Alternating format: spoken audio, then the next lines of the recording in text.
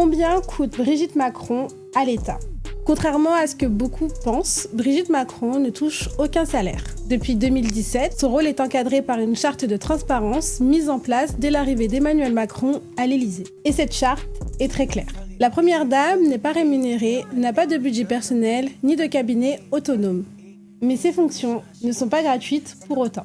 En 2023, selon la Cour des comptes, les dépenses directement liées à l'activité de Brigitte Macron se sont élevées à 309 484 €.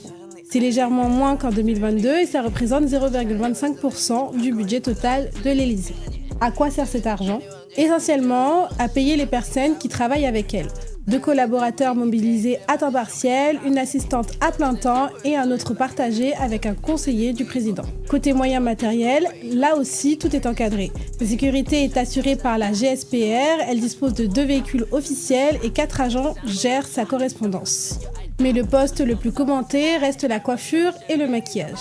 Le budget est de 5 200 € par mois, soit 62 400 € par an, partagé entre Emmanuel et Brigitte Macron. À comparer avec les quinquennats précédents où ce poste coûtait presque 10 000 € par mois. Selon l'Élysée, le système actuel aurait permis de réduire les coûts de 70%.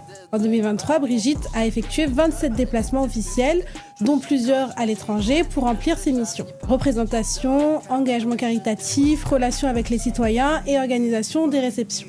Et contrairement à une idée reçue très répandue, aucun fonds public n'est utilisé pour ces vêtements. Ces tenues officielles sont prêtées par des maisons françaises et restituées après usage. Enfin, ses revenus personnels sont totalement séparés de l'État. Une pension de retraite d'enseignante et des revenus immobiliers issus de la villa familiale du Touquet, aujourd'hui estimés à plusieurs millions d'euros. Au final, les chiffres montrent une nette baisse par rapport aux premières dames précédentes où les budgets frôlaient parfois les millions d'euros par an. Pour plus de contenu de ce genre, abonne-toi au Revenu.